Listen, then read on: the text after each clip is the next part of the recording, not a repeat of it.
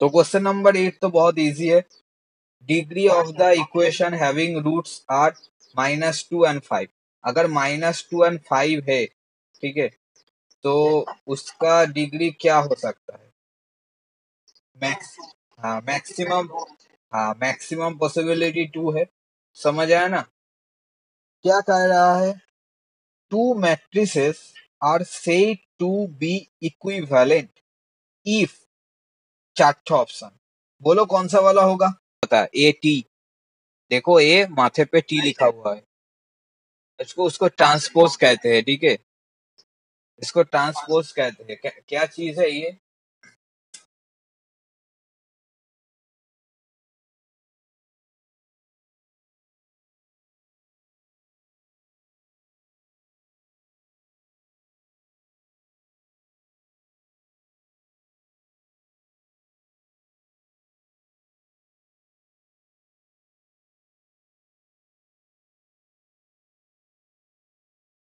अभी बताओ। कुछ नहीं, सिर्फ रो को कॉलम बनाना होता है, कॉलम को रो बनाना होता है। अभी बताओ इसका आंसर क्या होगा फिर?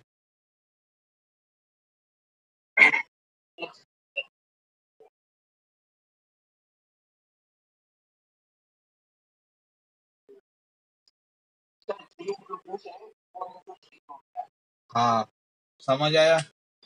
यहाँ पे इसका ऑर्डर क्या है? हाँ समझ आया। तो दिस इज कॉल्ड ट्रांसपोज, ठीक है। मतलब ये जो रो है उसको कॉलम बनाना है, यहाँ पे जो कॉलम है उसको रो बनाना है, इसलिए ऑर्डर क्या रहता है? 3 into 2, और हो क्या जाता है? 2 into 3। और यहाँ पे एग्जैक्ट दिस क्वेश्चन ही पूछा है, सिर्फ नाम चेंज कर दिया, ए एंड ए ट्रांसपोज। समझ आया? बहुत दिक्कत वाली है। अच्छा देखो, यहाँ पे क्या कह रहा है?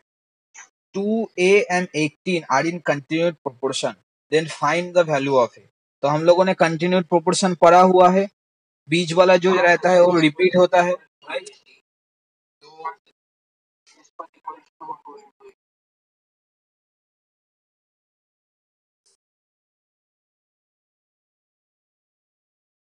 अभी क्रॉस मल्टीपल कर देंगे, a into a square।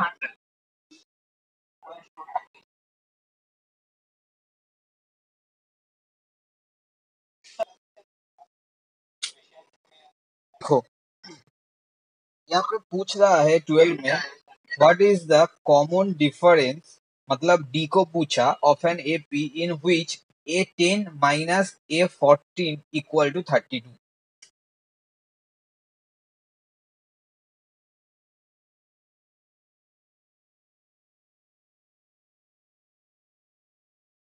अभी ध्यान से देखो, ये तो एक टर्म है, तो मैं तो ए एन वाला फॉर्मूला जानता हूँ।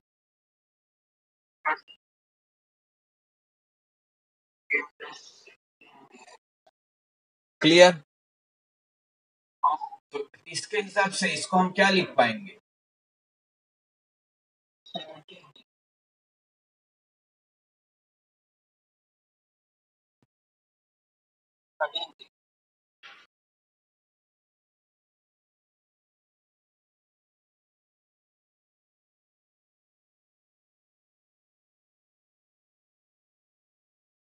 समझ आया या नहीं आया? अभी तुमको मालूम है ये सब हम ना करके भी डायरेक्ट आंसर कह सकते थे। कैसे? ध्यान से सोचो, यहाँ पे भी ए है, यहाँ पे भी ए होगा, और ये माइनस पे है, मतलब फर्स्ट टर्म तो कैंसिल हो ही जाएगा। अच्छा, अभी दूसरी बात ये सोचो, यहाँ पे 18 है, उससे से एक डिक्रीज करके 17 हुआ। यहाँ पे 14 है, एक ही डिक्रीज करके 13 हुआ। तो 17 और 13 में डिफरेंस मेरा 4। क्या 18 और 14 में भी डिफरेंस मेरा 4? क्योंकि दोनों में ही तो एक डिक्रीज हो रहा है, तो इन दोनों का जो डिफरेंस होगा वही तो इन दोनों का होगा, सेम होगा। तो मैं क्या देख रहा हूँ, 18 एंड 14 डिफरेंस 4, मतलब 4d का वैल्यू 32, तो 1d का वैल्यू कितना होगा? 4 से डिवाइड करो 8। समझ आया या नहीं आया? तो हर बात हर वक्त ये नहीं होता कि हमको करके ही आंसर निकालना है। अगर हम घर पे बहुत अच्छे से प्रैक्टिस किए होंगे तो क्वेश्चन देख के भी हम आंसर कर पाएंगे। क्लियर हुआ? अब इसके बाद वाला, ठीक है, यहाँ पे क्या पूछा, if this one equal to this then find the value of this one. तो दिख रहा है क्वेश्चन, तो अभी बोलो ये करे हो या नहीं किए? हाँ, कितना आया? 1 आया।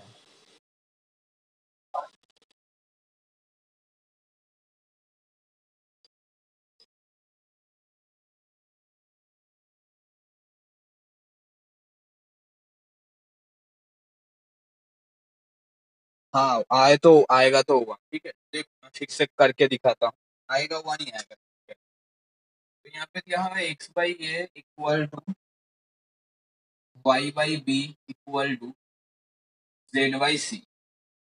तो जब भी तीनों को इक्वल देता है और हमको किसी का वैल्यू पूछता है तो हम इसको इक्वल के कर लेते हैं।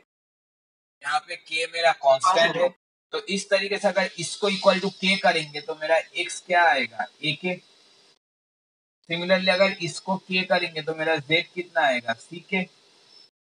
जस्ट ये वाला portion Z by C equal to K, तो जेड का वैल्यू सी के। तो अभी पूछा क्या, अभी पूछा X minus C Z divide by A plus C into X minus Z. इस वाले क्वेश्चन में पूछा which of the following is not a quadratic equation. तो क्वाड्रेटिक इक्वेशन होने के लिए दो तीन हमारे पास कंडीशन है। तो पहला वाला कंडीशन ऑप्शन में दिया हुआ है X square minus 1 equal to 0। तो यहाँ पे एक्स स्क्वायर है, राइट? तो ये तो होगा, सही बात, क्योंकि पावर फ्रैक्शन में भी नहीं है, नेगेटिव में भी नहीं है, और इसका कांस्टेंट पार्ट कितना है, मतलब कोएफिशिएंट कितना है, 1 है। तो ए का वैल्यू यहाँ पे 1 है, 0 भी नहीं है। तो यहाँ पे सारे कंडीशन सेटिस्फाई कर गया। इसका मतलब फर्स्ट वाला ऑप्शन में जो दिया हुआ है वो मेरा क्वाड्रेटिक इक्वेशन है, राइट? अभी तुम कह रहे हो दूसरा वाला नहीं है, यही ना, क्योंकि एक्स स्क्वायर नहीं है, राइट? यही कहना चाहते हो ना? अभी देखो दूसरा वाला में क्या दिया हुआ है,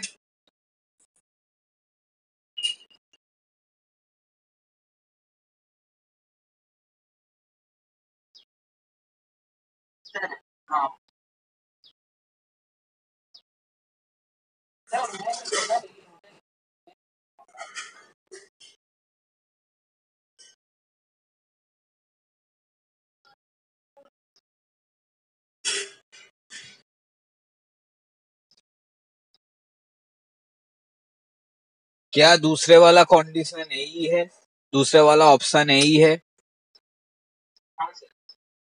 तो क्या ये क्वाड्रेटिक इक्वेशन है?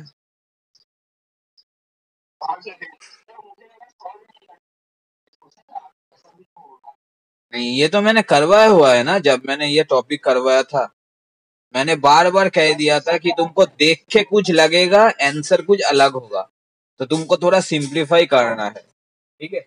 अभी ऑप्शन सी में चलते हैं।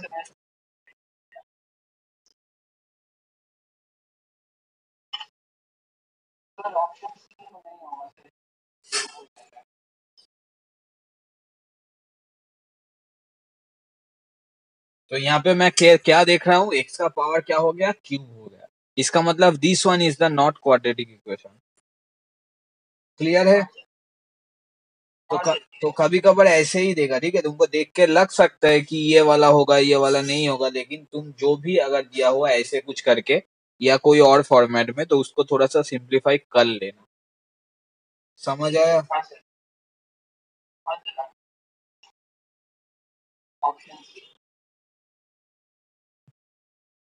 सही आंसर, सही किया तुम। देखो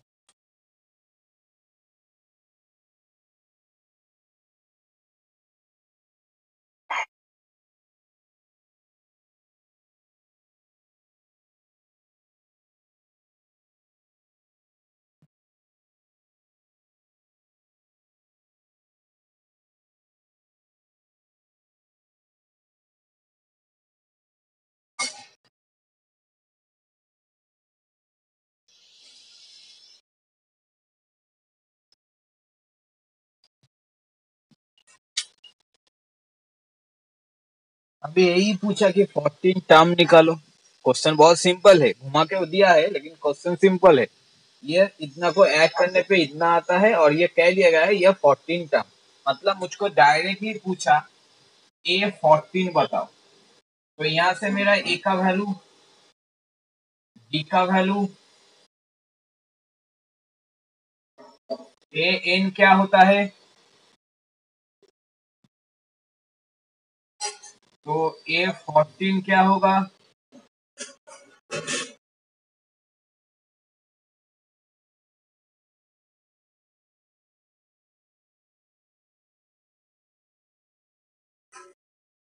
तो मेरा ऑप्शन क्लियर हुआ या नहीं हुआ?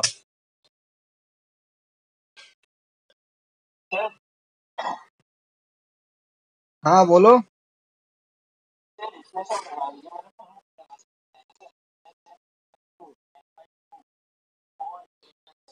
हाँ वो तो लगा सकते हैं, लेकिन अगर हमको मतलब क्या बोले, दिमाग नहीं है तब लगाएंगे।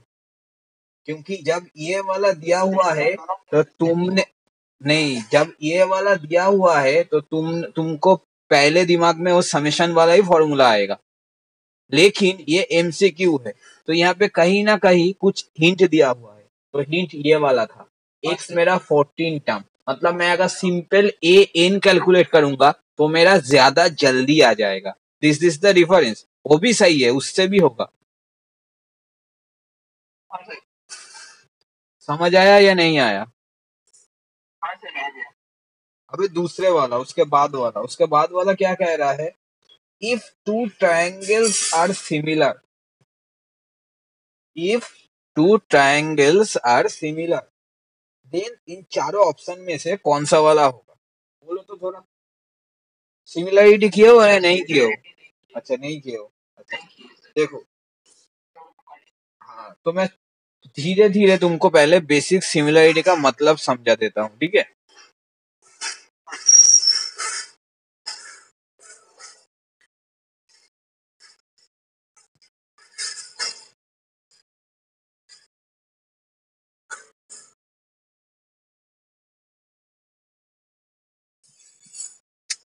मैंने दो सेट ऑफ पिक्चर ड्रॉ किया ना, इसमें तुमको लग रहा है ना मैंने सेम चीज ड्रॉ किया, इसमें लग रहा है ना मैंने अलग अलग साइज का चीज ड्रॉ किया।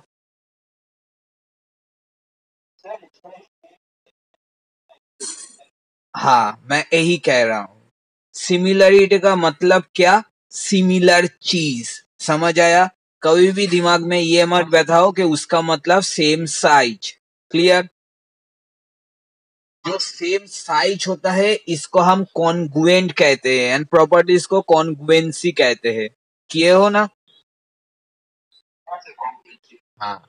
और अगर सिमिलर टाइप ऑफ चीज होगा लेकिन साइज अलग होगा तो उसको हम क्या कहेंगे, सिमिलरिटी कहेंगे, क्योंकि ये सिमिलर चीज है। ठीक है? क्या मैं इसको कॉन्ग्रुएंट कह पाऊंगा, ये इस वाले चीज को मैं कॉन्ग्रुएंट कह पाऊंगा? क्या मैं इसको सिमिलर कह पाऊंगा?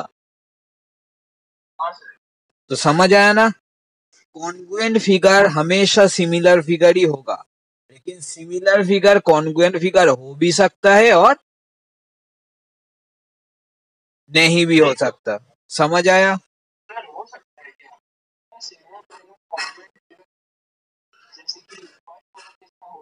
हाँ हाँ हाँ। क्लियर हुआ? अभी देखो, तो अभी यहाँ पे पूछा क्या, यहाँ पे पूछा if two triangles are similar then, देखो अगर ट्रायंगल सिमिलर हुआ, ठीक है, तो इन दोनों का क्या पेरीमीटर सेम है?